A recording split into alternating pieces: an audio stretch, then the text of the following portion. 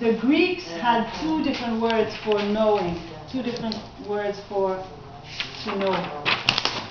In French, we have only one word, which is savoir, and in English, you have only one word, which is to know. But they had two different words for two different ways of knowing. There was one that's called Epistemol, and the other is Gnosis. And so, Epistemol is a kind of knowledge. We all have that. Epistemol is a kind of knowledge that we receive. Because if I talk to you about the city where I live, I'm telling you this, and you're listening to me, and you're receiving the information. Or when you read a book, or when you study something, or when you research something and you investigate something, this is like, this is what epistemai is. Like you're studying the thing, you're receiving that knowledge.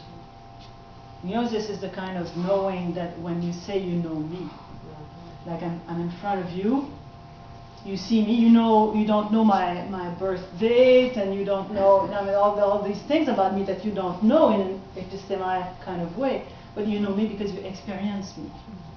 And next time, tomorrow, if we're asking you, do you know Danielle Boutet, you will say yes, even though you have no information about me, but because you will have experienced me.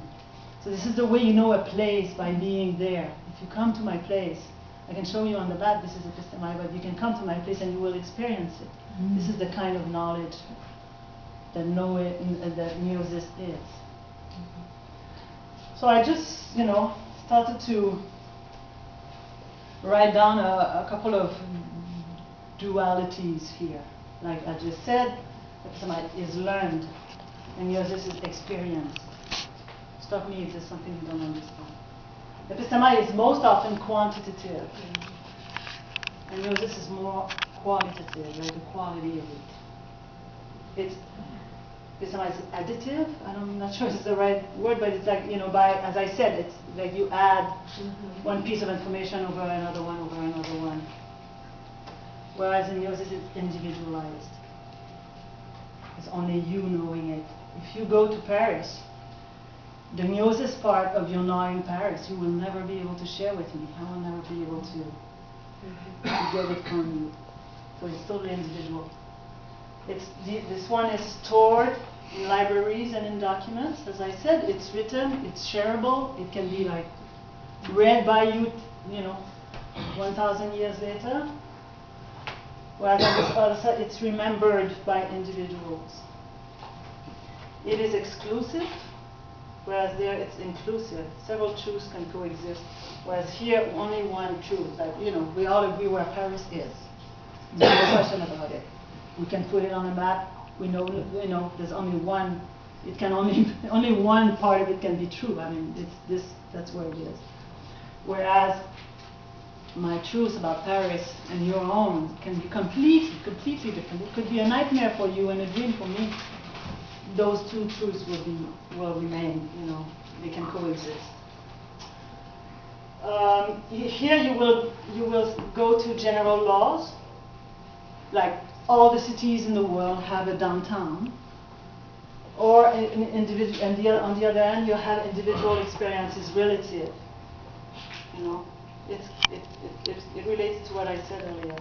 It's external and observed, whereas on the other side, it's internal, it's felt. So this is about objectivity. This is about subjectivity. This is about abstracted. We're talking about the cities of the world. Whereas here it's contextual. Here we're going to observe behaviors. Here we're going to talk about feelings.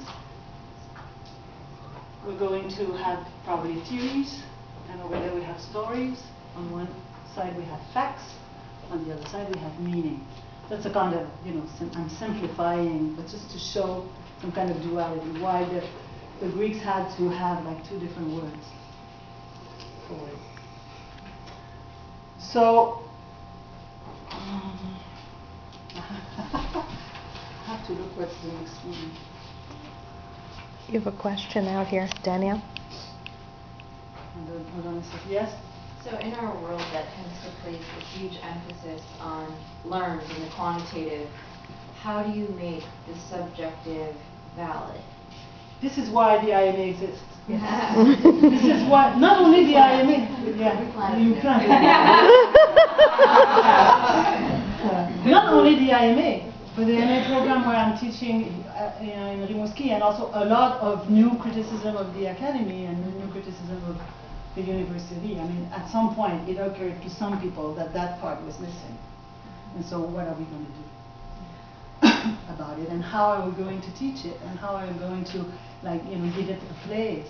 And many social scientists, for instance, got into qualitative studies. They say, well, we'll stop doing surveys and we'll start doing, like, interviews and to get the real thing.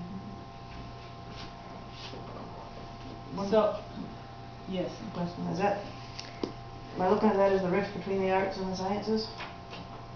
No. No.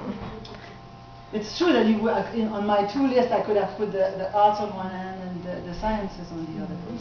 But all the, the humanities are a lot on that other side too.